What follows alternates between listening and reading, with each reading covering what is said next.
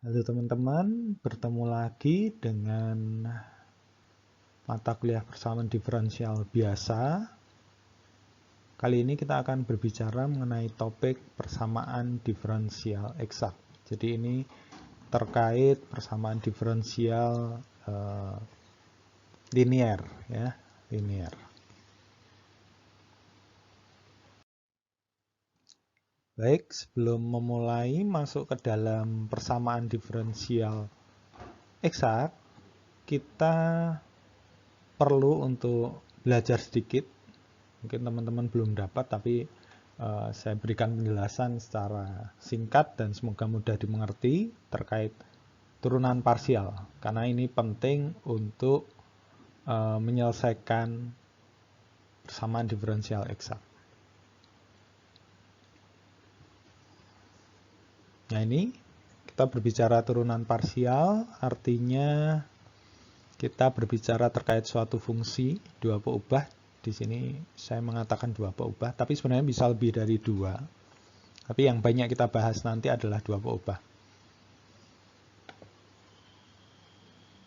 Turunan parsial ini fxy begitu terhadap x nanti dituliskan sebagai ini do fxy do x. Tulisannya seperti ini ya untuk turunan parsial. Nah, seperti apa turunan parsial itu? Nah, kita akan lihat dari contoh. Nah, silahkan dicermati dulu sebentar. Di situ saya punya fungsi ini ya, fxy sama dengan 2x kuadrat y plus x pangkat 3 kurangi 2y. Nah, ini perhatikan turunan parsial f terhadap x. Kalau teman-teman cermati di sini, perhatikan yang saya turunkan adalah bentuk yang mempunyai variabel x. Jadi ini di sini ada 2x kuadrat. Kita turunkan berarti menjadi 4x. Jadi y-nya dibiarkan saja di sana. Ya, 2x kuadrat y diturunkan parsial terhadap x menjadi 4xy. Kemudian x pangkat 3 ini menjadi 3x kuadrat. Nah, kemudian ini ada 2y di sana. Kita turunkan parsial terhadap x. Berarti 2y ini dianggap sebagai konstan. Konstan kalau kita turunkan itu menjadi 0. Berarti tinggal 4xy plus 3x kuadrat. Nah, bagaimana turunan parsial terhadap y? Ya, ini akan sama. Turunan parsial terhadap y gantian. Ya. Kita menurunkan bagian-bagian atau bentuk-bentuk yang memunculkan y. Oh, di sana ada y kalau diturunkan 1. 2x kuadratnya tetap. Berarti 2x kuadrat kali 1 berarti ini menjadi 2x kuadrat. Kemudian ini x pangkat 3. Ini bentuknya dalam x. Kalau diturunkan terhadap y berarti menjadi 0. Kemudian ini negatif 2y. Diturunkan terhadap y menjadi negatif 2. Oke, contoh selanjutnya. Ini contoh yang kedua. Ya. Saya punya fungsi fxy sama dengan y, e pangkat x ditambah x sinus y. Turunkan terhadap x, ini y-nya tetap di sana. E pangkat x turunkan terhadap x tetap e pangkat x. Kemudian x sinus y, x-nya turunkan terhadap x berarti 1. Ini tinggal sinus y.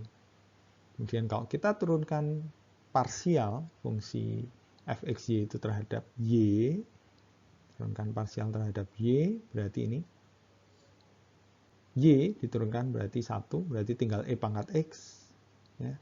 Kemudian ini tadi x sin y, turunkan terhadap y, jadi ini sinusnya y saja, sinus y turunkan menjadi cos y. Jadi turunan parsialnya adalah e pangkat x plus x cos y.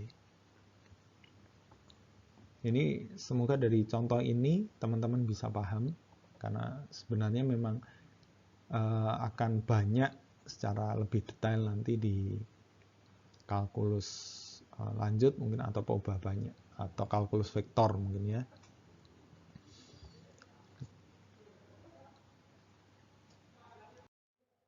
Nah lanjut, sekarang integralnya, karena ini juga penting nanti. Kalau tadi ada turunan parsial, sekarang ada integralnya, integral fungsi dua peubah. Kita akan lihat ya. Silakan teman-teman memperhatikan ini. Saya punya fx, y, fungsi dalam x dan y. X kuadrat y ditambah 2y. Ya. Kalau saya turunkan terhadap x, hasilnya 2xy. Turunan parsial terhadap x, hasilnya 2xy.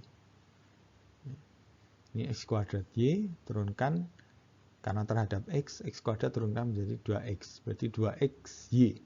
2y-nya turunkan terhadap x berarti menjadi 0. 2xy. Lanjut.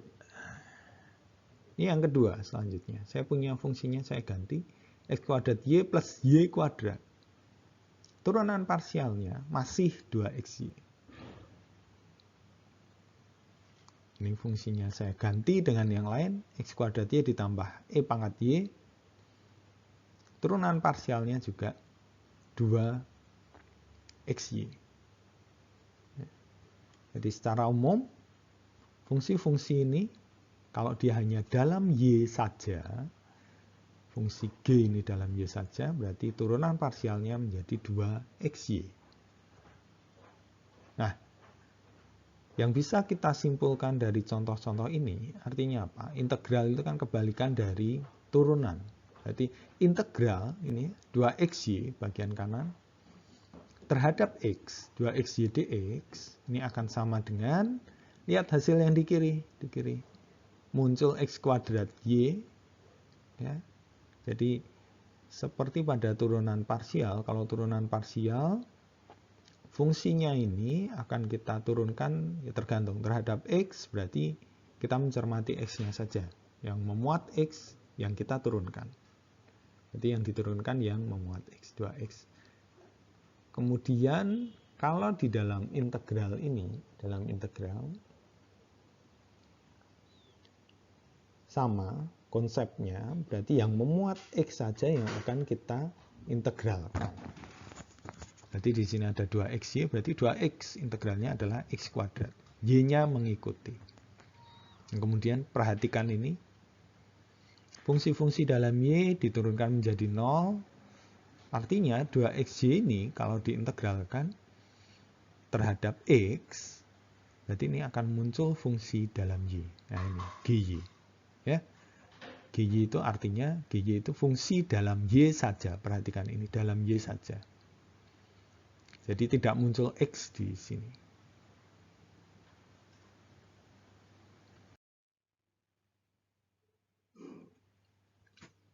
Baik, kita masuk ke PD eksaknya. Sebelumnya kita harus tahu dulu ya, PD eksak itu yang seperti apa, harus tahu definisinya. PD eksak, perhatikan PD ini. Ya. MXY dx plus NXY dy sama dengan 0. Kita mulai dari bentuk ini. Jadi meskipun Pak itu kenapa bentuknya tidak muncul dy dx, ini kan sama saja sebenarnya. Kita bisa ubah ini menjadi dy dx itu akan sama dengan apa? Ini kan dipindah ke sana, pindah ruas. Jadi kalau ini ada dy, dx-nya pindah menjadi dy dx. Kalau ini pindah berarti tinggal ada negatif ya, m xy per n x, y ya. Jadi tetap muncul bentuk ini, dy dx sama dengan negatif mxy per nxy. Ini fungsi dalam x dan y, ini juga fungsi dalam x dan y. Ini masih linear. Kenapa linear? Karena ini bentuknya dy dx ya, pangkat 1. Nah, kemudian bagaimana? Apakah semua yang bentuk ini adalah PD eksak? Pertanyaannya seperti itu. Ya, ada satu syarat khusus di sana. Kalau kita mau mengatakan suatu PD itu merupakan PD eksak. Syaratnya apa? Yaitu turunan parsial M, ini turunan parsial M terhadap Y itu harus sama dengan turunan parsial N terhadap X. Ini PD eksak. Kita lihat dari contoh.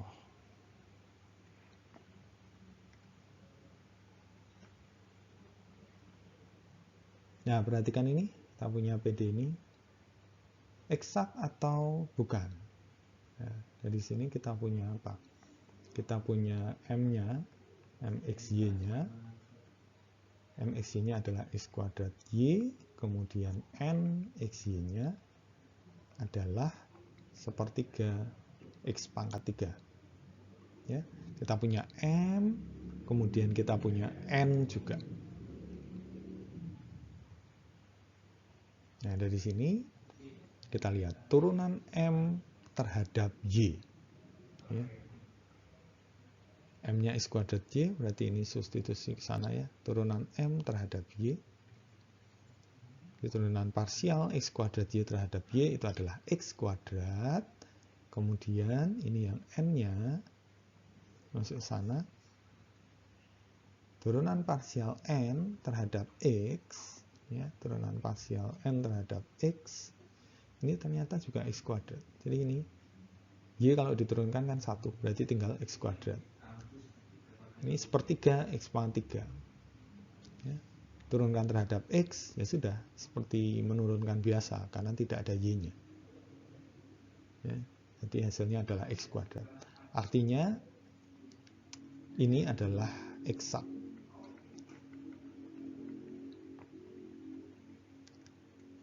Lanjut, kita lihat contoh yang kedua.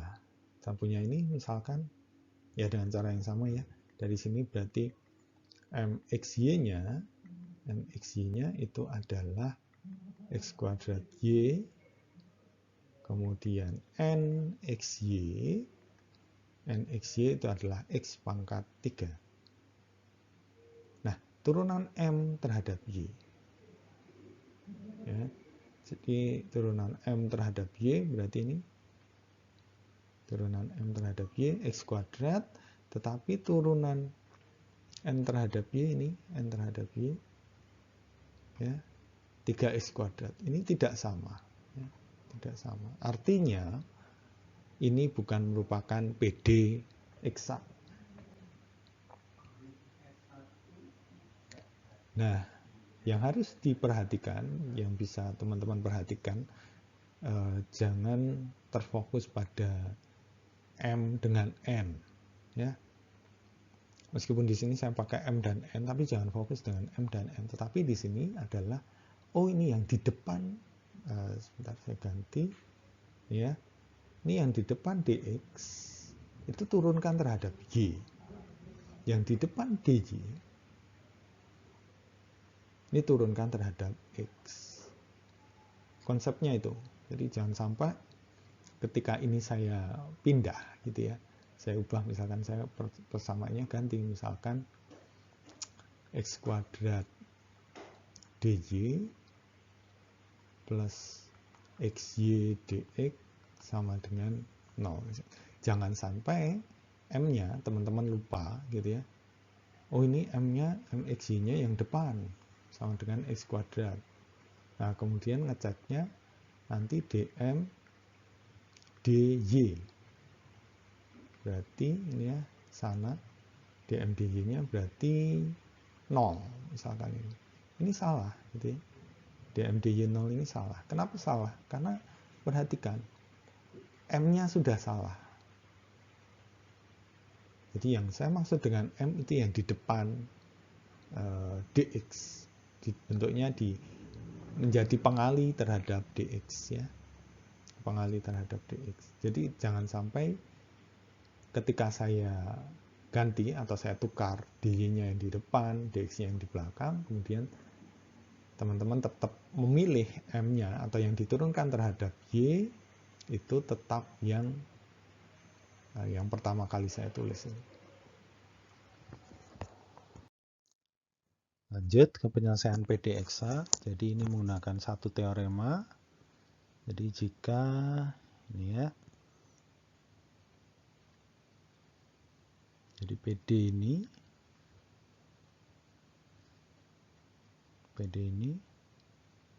eksak begitu, maka terdapat fungsi dua variabel fxy Nah ini dengan ini dua hal yang penting ini ya.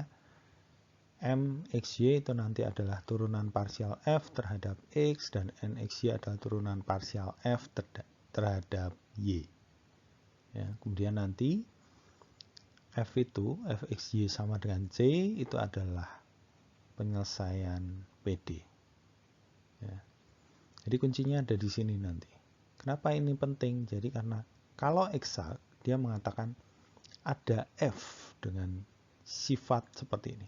Karena kalau kita tahu ini, gitu ya, F punya sifat seperti ini, artinya kita bisa menemukan F-nya nanti. Apa Fxy-nya? Oh, Fxy itu adalah, perhatikan ini, MXY itu turunan F terhadap X. Artinya apa? Untuk mendapatkan F, kita bisa mengintegralkan ini ya, MXY. Jadi F-nya nanti adalah integral dari MXY dx. Ya.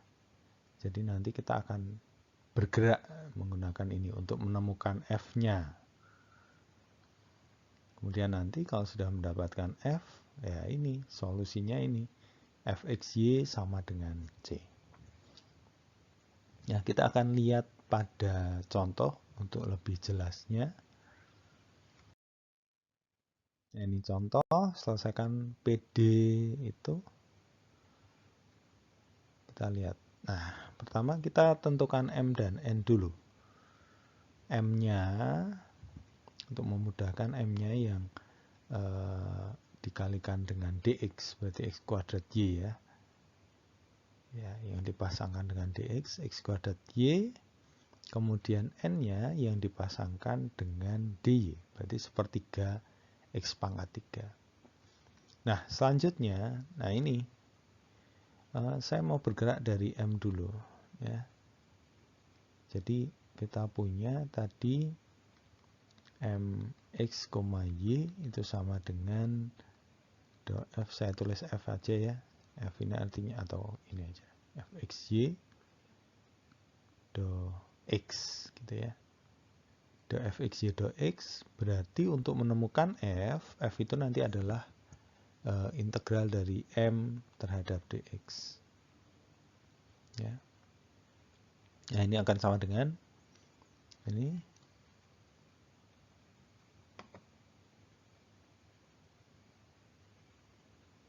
Ya, ini ya. Integral x kuadrat y dx.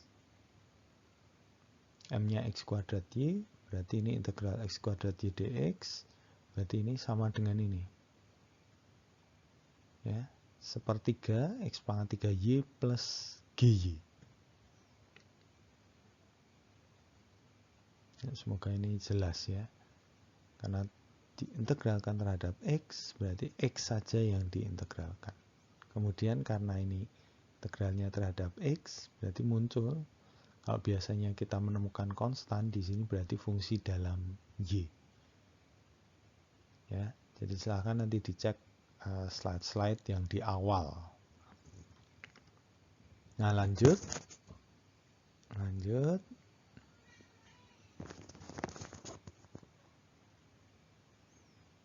Lanjut, ini kita sudah punya Fxy-nya kan ini, Fxy. Ya. Kemudian ini N-nya sepertiga X pangkat 3. Saya tuliskan sini. Sepertiga X pangkat 3 itu adalah N. Nah, padahal N ini apa sih? N itu kan turunan F terhadap Y. Kalau tadi M itu turunan F terhadap X, maka N itu adalah turunan F terhadap Y. Ya, turunan F terhadap Y. Karena sudah punya F di sana, substitusikan ke sana. Ya. Substitusikan. Nah, ini kita turunkan terhadap Y diperoleh sepertiga X pangkat 3. Jadi turunkan terhadap Y plus G aksen Y. Ya, jadi kita punya persamaan sepertiga X pangkat 3 sama dengan sepertiga X pangkat 3 plus G aksen Y. Nah, itu nanti yang akan kita gunakan untuk menentukan GY. Ya. Di sini diperoleh G aksen Y-nya 0, sehingga GY itu adalah konstan. Nah, ini bilangan real sekarang. GY-nya bilangan real. Karena ini sudah fungsi dalam Y saja. Kalau turunannya 0, berarti GY-nya adalah konstan. Nah, yang perlu teman-teman perhatikan nanti, ini sebenarnya di sini. Kalau proses yang dilakukan benar, nanti di ruas kiri, di ruas kanan, ya, nanti kalau sudah disederhanakan, perhatikan ini, dia tidak muncul bentuk dalam X. Jadi kalau ada G aksen Y, muncul G aksen Y, tidak muncul bentuk dalam X. Sebaliknya, kalau misalkan teman-teman memulainya dari N, begitu, kemudian di sini hubungannya dengan M, berarti nanti fungsinya ini dalam X, G aksen X. Nah, kalau G aksen X, berarti di sini harusnya, kalau bentuknya ini G aksen X, berarti ini tidak muncul bentuk dalam Y. Ya. Jadi karena ini fungsinya hanya dalam Y saja, yang ini berarti memang haruslah di sini munculnya fungsi dalam Y. Kebetulan ini hanya 0. Tapi bisa jadi nanti fungsi yang lain. Bisa Y kuadrat atau setengah Y. Kira-kira seperti itu. Yang jelas itu adalah fungsi dalam Y. Oke, kita sudah dapat GY-nya. Nah, ini kita sudah punya fxy-nya ini tadi ya. Substitusi aja. Ya. Sehingga fxy-nya sepertiga x pangkat 3y plus k. K-nya tadi bilangan real. Nanti sebagai parameter. Konstan atau parameter. Nah, kemudian ini penyelesaiannya. Jadi di dalam teorema disebutkan penyelesaiannya adalah fxy sama dengan c. Ya. Fxy sama dengan c, kemudian ini berarti sama dengan c, atau bisa saya tuliskan sepertiga x pangkat 3y plus c1. Dengan c1-nya apa? C1-nya berarti nanti adalah k dikurangi dengan c. Ya, solusinya dalam bentuk persamaan, nggak masalah, tidak selalu dalam bentuk fungsi eksplisit. Ya, semoga jelas ya ini. Ini kalau masih ada yang belum jelas bisa ditanyakan. Jadi prosesnya ini perhatikan, saya ulang sedikit. Dari M kita mencari F-nya melalui M, ya. M-nya diintegralkan, diperoleh fungsi. Nah, gantian. Setelah sudah dapat F, tapi belum selesai karena ini masih ada fungsi yang harus dicari. Ya. Bawa ke N, hubungkan dengan N. Jadi ini hubungkan dengan N. Oh iya, untuk menghubungkannya berarti N itu turunan F terhadap Y. Ya. Ini dihubungkan, kemudian ini hati-hati turunan parsialnya terhadap Y. Karena terhadap Y, GY turunkan terhadap Y, berarti ini jadi G aksen Y, atau turunan pertama dari GY. Nah, kemudian punya persamaan ini. Ya. Punya persamaan. Nah, ini fungsi yang akan dicari. G aksen Y ini yang akan dicari. Ini misalkan K, bukan misalkan, tapi integralnya dari G aksen Y sama dengan 0 berarti K. Jadi nanti di sini adalah fungsi dalam Y.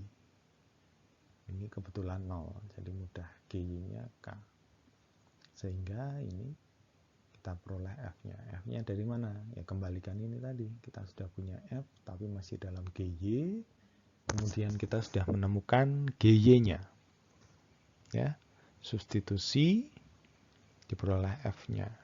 Kemudian sesuai teorema penyelesaiannya fxy sama dengan c. Ya, ini. Nah, ini lanjut kita ke metode pengelompokan. Ini akan seperti apa? Jadi kalau tadi kan terkesan muter ya. Kalau ini sebenarnya untuk yang ya kalau integralnya baik, turunannya sudah baik, saya rasa ini akan menjadi lebih mudah. Kita lihat, ini konsep pentingnya. diferensial total ya. Ini diferensial total. Diferensial total. Jadi lambangnya ini dfxy sama dengan do fxy do x dx plus do fxy do y dy. Kuncinya di sini. Nah, kenapa ada diferensial total? Ya, nanti kita lihat nanti di bawahnya. Atau ini, teman-teman mungkin lebih familiar dengan ini. UV aksen sama dengan U aksen V plus UV aksen. Nah, ini mengapa? Ya, kenapa penting diferensial total? Perhatikan ini.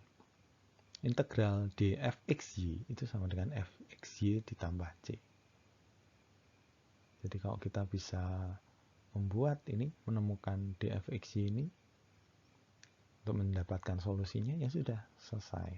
Ya, seperti kalau teman-teman punya misalkan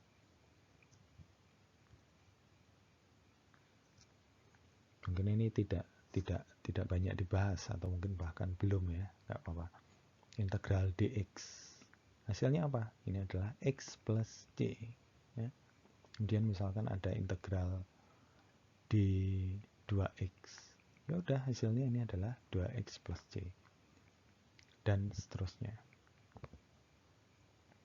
Ya mungkin kemarin di dalam integral tidak ke sana ya, tidak ke sana karena ditakutkan apa ya, ini di satu sisi ada pemahaman baru dan baik, tapi di sisi lain memunculkan kebingungan nanti ya, takutnya. Jadi itu. Nah, kita lihat contohnya. Contoh menggunakan metode pengelompokan. Ini ya, contoh. Saya ambil yang agak panjang agar nanti kelihatan pengelompokannya harus berada di mana. Ya. Yang pertama, perhatikan itu fungsinya seperti itu. Mana sih yang harus dikelompokkan? Ya. Yang pertama, perhatikan ini. Teman-teman punya ini. Sebentar, dipecah dulu untuk lebih mudahnya penyelesaiannya. Kita akan lihat. Ya, ini ya. Ini sebenarnya belum dikelompokkan dulu ya. Nanti kurungnya nanti mengikuti. Tapi perhatikan, ini kalau yang ini, bagian yang ini, kurungnya saya buka, berarti kita punya 3 suku. Ya. Nah, ide pengelompokan yang pertama perhatikan. Kalau sudah ada fungsi sendiri, y dengan dy, nah ini menjadi dikelompokkan tersendiri. Jadi misalkan fungsi fy dengan dy, atau mungkin ada fungsi dalam x, gx dengan dx. Ya, jadi yang ini artinya tidak ada fungsi x-nya, yang ini tidak ada fungsi y-nya, berarti dia sudah bisa dikelompokkan tersendiri. Itu yang pertama. Nah, yang kedua ini yang tidak mudah ya. Ini tidak mudah. Intinya begini. Teman-teman kan punya UV aksen, pakai ini mungkin lebih mudah. Sama dengan U aksen V plus UV aksen. Ini artinya apa? Artinya adalah ini ya, U aksen. Di sini ada U aksen, di sebelah sana ada U. Jadi ada turunan satu fungsi, yang satu di sana memuat fungsi itu sendiri. Kemudian yang satu lagi di sini ada V. Sebentar saya pakai warna yang kelihatan. Ini V. Di sana ada V aksen. Ya. Jadi dia sebenarnya saya ingin mengatakan bahwa ini pasangan. Yang satu U aksen V, yang satu UV aksen. Dia berpasangan. Nah, perhatikan ini. Mudah sebenarnya untuk cek metode pengelompokan ini. 3x kuadrat ya. 3x kuadrat y dx. Nah, 3x kuadrat ini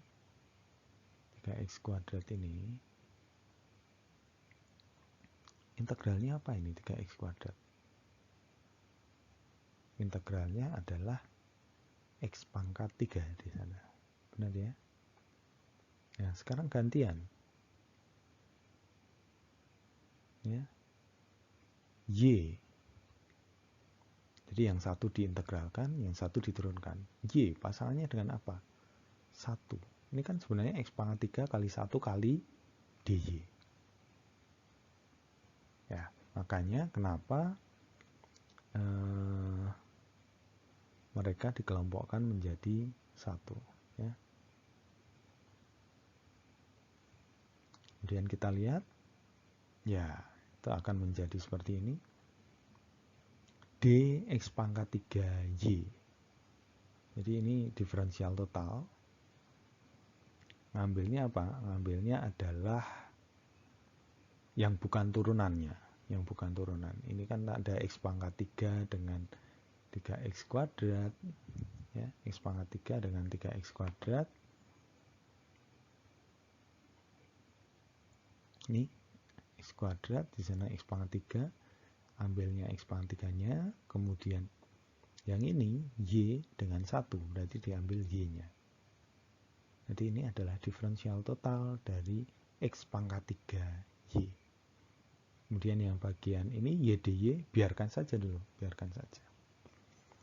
Lanjut, nah ini diintegralkan kedua ruas ya, integralkan semuanya. Ini diintegralkan menjadi xy pangkat 3. Ya. Yang ini y dy, jadi y diintegralkan terhadap y menjadi setengah y kuadrat. 0 integralkan menjadi c atau konstan. Nah inilah solusinya. Ya, jadi ini lebih simpel, tetapi perlu pemahaman di sana. Perlu untuk memahami turunan, khususnya ini ya. UV aksen sama dengan U aksen V plus UV aksen. Ada suatu fungsi, ada perkalian fungsi, kemudian mencari pasangannya ini. Pasangannya adalah integral dari fungsi dengan turunan dari fungsi yang perkalian tadi. U aksen V, pasangannya adalah UV aksen. Oke. Semoga bisa dipahami. Kemudian selanjutnya, ya ini ada sedikit latihan, silahkan dicoba. Saya buat persoalan yang saya tidak mengatakan sulit, tetapi ini hanya bervariasi saja. Ya. Nomor 1 itu hanya pemahaman konsepnya.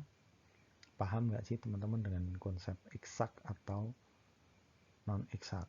Ya. Nanti kalau sudah ketemu dia eksak, tolong diselesaikan. Ya, yang tadi masih dalam dx/dy, yang A mungkin lebih mudah untuk ngecek. Nah, yang B ini sudah dalam R dan theta. Nah, ini gimana kira-kira? Bisa nggak? Dari bentuk X dan Y tadi, nah sekarang ada masalah dalam R dan theta. Kemudian yang kedua, mencari A. Nah, ini masih pada konsep eksak ya, pemahaman eksak. Jadi seberapa paham sih teman-teman dengan konsep eksak? Ini silahkan. Kemudian yang ketiga, ini saya minta dengan 2 cara. Ya, yaitu dengan cara yang pertama, yang biasa, dan yang pengelompokan. Oke, silahkan dicoba. Kalau ada pertanyaan, bisa ditanyakan. Ya. Terima kasih.